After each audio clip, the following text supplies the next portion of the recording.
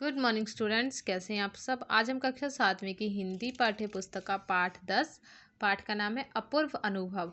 ये बच्चों पाठ हम यहाँ तक पढ़ चुके हैं। उसके बाद है, शुरू करते हैं। जैसे ही यशु की चांद ने तोतो चांद को कहा, वह पैर घसीटता हुआ उसकी ओर बढ़ा। उसके हाथ अपनी चाल को स्थिर करने के लिए दोनों ओर फैले हुए थे। तोतो चांद उत्तेजित थी। वह दोनों आज कुछ ऐसा करने वाले थे जिसका भेद किसी को भी पता ना था। वह उल्लास और ठिठियाकर हंसने लगी। यशुकी चांद भी हंसने लगा। तो यहाँ पर क्या, जो यशुकी चांद ने तोतो चांद को देखा तो तोतो चांद ने उसको अपने पास बुलाया। यशुकी चांद पैर घसीटता हुआ उसके ओर बढ़ा और अपने दोनों हाथ उसके जो फैले हुए थे उनको स्थिर कर कर सीधा कर कर आगे बढ़ रहा था। ये सब देखकर जो तोतो चांद है बहुत ही उत्तेजित हो बैठी और दोनों क्या है, एक दूसरे को देखते हैं और फिर आपस में हंसने लग जाते हैं।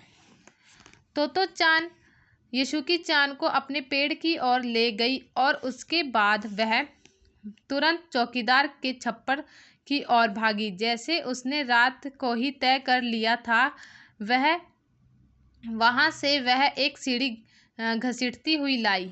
उसे तने के सहारे ऐसे लगाया जिससे वह दिशाखा तक पहुँच जाए। वह कुर्सी से ऊपर चढ़ी और सीढ़ी के किनारे को पकड़ लिया। तब उसने पुकारा, ठीक है, अब ऊपर चढ़ने की कोशिश करो। तो बच्चों, जो तोतो चांद यशुकी चांद जो तोतो चांद है वो यशुकी चांद को अपने पेड़ की ओर ले आती है। उसके बाद वो चौकीदार का जो छप्पड़ है उसके वहाँ जाती है। उसने जैसे एक रात पहले ही सारा कुछ तय कर लिया था कि वहाँ से एक सीढ़ी रखी है, उसको मैं लेके आऊँगी और पेड़ के सहारे उसे टिका दूँगी, जिससे क्या है, यशुकी चांद चढ़ के ऊपर चढ़कर आज पेड़ पर बैठ जाएगा। वो क्या करती है, उस सीढ़ी को ले आती है, दिशाके के पास रख देती है। ऊंची, देखो आप लोगों को दिखाई दे रहा है ना, वहाँ पर रख देती है और तोतो चांद को बोलती है कि तुम अब ऊपर आ सकते हो, आने की कोशिश करो। यशुकी चांद के हाथ पैर इतने कमज़ोर थे कि वह पहली सीढ़ी पर भी बिना सहारे के चढ़ नहीं पाया। इस पर तोतो चांद नीचे उतर आई और यशुकी चांद को पीछे से धकियाने लगी। पर तोतो चांद थी छोटी और नाजुक सी, इससे अधिक सहायता क्या करती। यशुकी चांद ने अपना पैर सीढ़ी पर से हटा लिया और हताशा से सिर झुकाकर खड़ा हो गया। तोतो चांद को पहली बार लगा कि काम उतना आसान भी नहीं जितना वह सोचे बैठी थी। अब क्या करे वह। तो यहाँ पर जो यशुकी चांद के हाथ और पैर बहुत कमज़ोर थे क्योंकि उसे पोलियो है, तो वो पहली सीढ़ी पर भी बिना सहारे के पैर नहीं रख पा रहा था, वो चढ़ नहीं पा रहा था। तो तोतो चांद नीचे उतर आती है और यशुकी चांद को धकियाने मतलब धक्का देने लग जाती है नीचे से कि तुम ऊपर चढ़ो, पीछे से पकड़कर। तो तोतो चांद बहुत ही क्या छोटी और नाजुक सी है, तो वो ज़्यादा से ज़्यादा सहायता नहीं कर पाती। फिर यशुकी चांद ने अपना पैर क्या सीढ़ी से उतार लेता है और वो अपना सिर झुकाकर खड़ा हो जाता है, वो थोड़ा गुमसुम सा हो जाता है। उसके बाद तोतो चांद सोचती है कि ये जितना मैंने आसान सोचा था इतना आसान काम नहीं है। यशुकी चांद उसके पेड़ पर चढ़े, यह उसकी हार्दिक इच्छा थी। यशुकी चांद के मन में भी उत्साह था। वह उसके सामने गई। उसका लटका चेहरा इतना उदास था कि तोतो चांद को उसे हंसाने के लिए गाल फुलाकर तरह तरह के चेहरे बनाने पड़े। तो क्या यहाँ पर जो यशुकी चांद उसके पेड़ पर चढ़े, ये क्या तोतो चांद की बहुत मन की इच्छा थी कि यशुकी चांद मेरे पेड़ पर चढ़े, लेकिन वो यशुकी चांद नहीं चढ़ सकता था, तो वो उदास हो जाता है। तो तोतो चांद उसको खुश करने के लिए अपने गाल फुलाकर तरह तरह के चेहरे बनाती है। फिर ठहरो, एक बात सूझी है। फिर चौकीदार के छप्पर की ओर दौड़ी और हर एक चीज उलट पुलट कर देखने लगी। आखिर उसे एक तिपाई सीढ़ी मिली जिसे थामे रहना भी जरूरी नहीं था।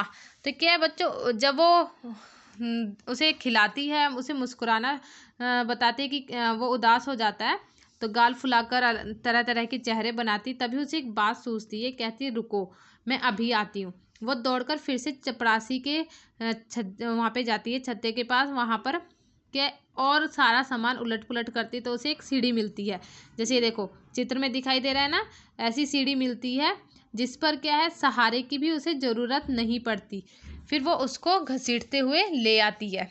वह तिपाई सीढ़ी, वो तिपाई सीढ़ी होती है, उसको हम तिपाई सीढ़ी बोलते हैं, को घसीट कर ले आई तो अपनी शक्ति पर हैरान होने लगी। तिपाई की ऊपरी सीढ़ी दिशाखा तक पहुंच रही थी।